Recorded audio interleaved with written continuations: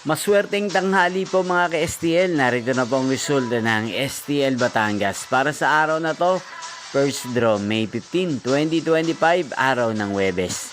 Naway mga natayan niyo po mga numero kanina ay manalo nawa ngayong tanghaling ito.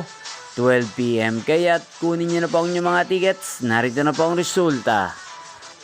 Ang mga numerong ninalo sa STL Batangas ngayong tanghaling ito, May 15, 2025, 12 PM.